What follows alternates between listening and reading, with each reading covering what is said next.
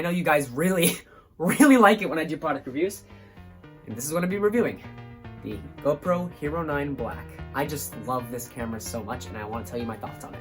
I got this thing back in late June, and I actually filmed an unboxing video of it. This is what the GoPro came in. It arrived in this little casing, which you can just slide off, and it comes in this little zip bag, which provides actually quite a few things inside of it. Inside there's this useful GoPro clip mount. We got this grip that I assume floats in water.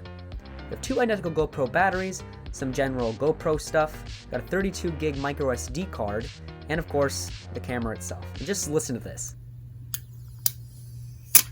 Just straight off the bat, you can tell this thing is very well built.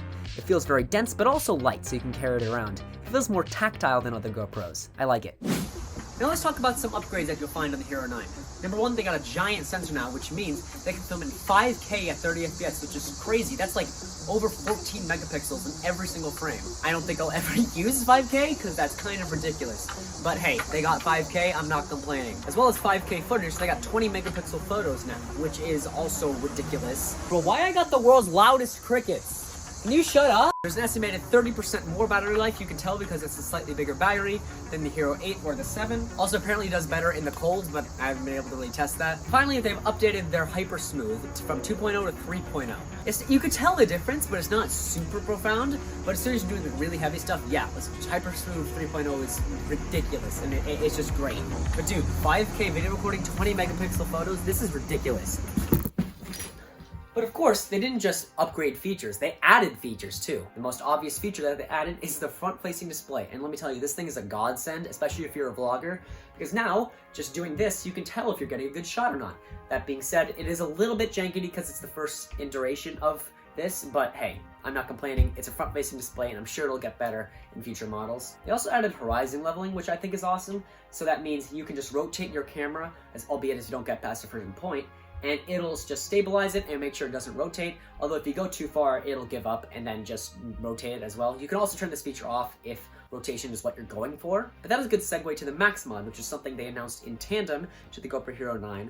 Basically, what it means is you can take off the existing lens, slap on the Max mod, and basically it makes it so you have giant field of vision and 360 horizon leveling, which if you just look at videos of it, it just looks mind-boggling. Like, how is that even possible? That being said, I don't have it. It's an extra $100, and I couldn't tell you if it's actually any good or not, or if it's worth it, but I can just tell you the footage that they made just looks incredible. A smaller feature they added is scheduled recording. So basically, it's exactly what it sounds like. I feel like this is helpful for events. For example, you can set it down, and if there's a big event happening, you just know what time it is, so you can just set it down, and you don't have to worry about it, and it'll record it, and I think that's also helpful. I may or may not use that, but I just think it's cool. One thing they added, and I think it's pretty cool, is something called hindsight. Basically, it'll just keep recording the last up to 30 seconds, and then if you want to get that video, you just press record, and it'll keep that last 30 seconds where you weren't even recording. I think that's cool. However, that does come with the problem of extra storage if you decide to use it, so I recommend turning it off if you don't want to.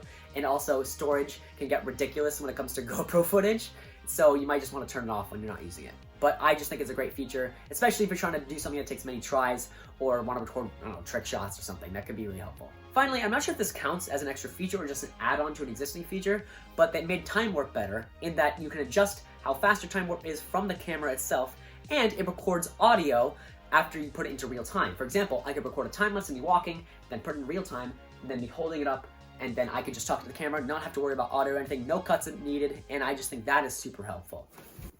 Now here are some less important general notes about the camera. The Hero 9 is slightly bigger than the Hero 8. It's not a giant difference, but if you're holding this in your hand, you can definitely feel the difference. And that might be a good thing, that might be a bad thing. The only times I've really found a problem is when I'm trying to use an accessory that would fit the Hero 7 and the Hero 8, but it might not fit the 9. That really hasn't happened all that much, so I don't think it's such a big deal, but you might have a problem with it. The Hero 9's batteries are bigger than the Hero 8's batteries, and I'm assuming the Hero 7's batteries. And while this is a good thing in one aspect, because you have more space in this battery, you also can't use previous batteries, almost dropped that, previous batteries from other cameras. But honestly, it comes with 2 batteries. I don't think that's such a big deal, in my opinion. To be honest, I don't think I can avoid the fact that this is a pretty late review. I mean, assuming they released the Hero 10, or whatever it's called, in September, that means the next one will release in 1 month. So I'm reviewing this really late. So I figured I may as well make a section about my hopes and thoughts for the Hero 10, or whatever they're gonna call it, I hope it's called the Hero 10 because that's a cool name. One upgrade I think they can make quite easily is a better front display. Yes, this is the first implementation of a front display. I love how they added it, but I feel like they could make it better. Like make it less choppy, make it a little bit less janky, and then I think it would improve even more and apply to more vloggers, honestly. Because I feel like this is a really helpful camera for just shooting your daily life, but it doesn't apply to too many people because people usually just think this as an action camera, but I think it could be more. Now here, this is something I'm hoping for in future GoPros that I've actually kind of had a problem with, is look how long it takes to start recording. Now it's recording.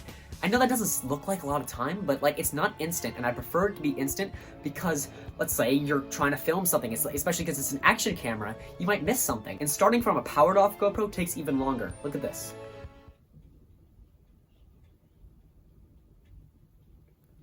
That's like a good 5 seconds. Like that seems like way too long for me. I feel like that's a pretty easy upgrade they can make. This last one's kind of a big ask, and I don't think it's honestly gonna happen, but I may as well throw it out there. I'm hoping they add some kind of depth of field. That could be so cool. Like imagine getting cinematic shots 1 second and then cool action shots in another. And this is already such a versatile camera, and I feel like that can make it even better. And then you can honestly replace a lot of people who just film on their phones who just want to get depth of field. I think it'd be a super good detail.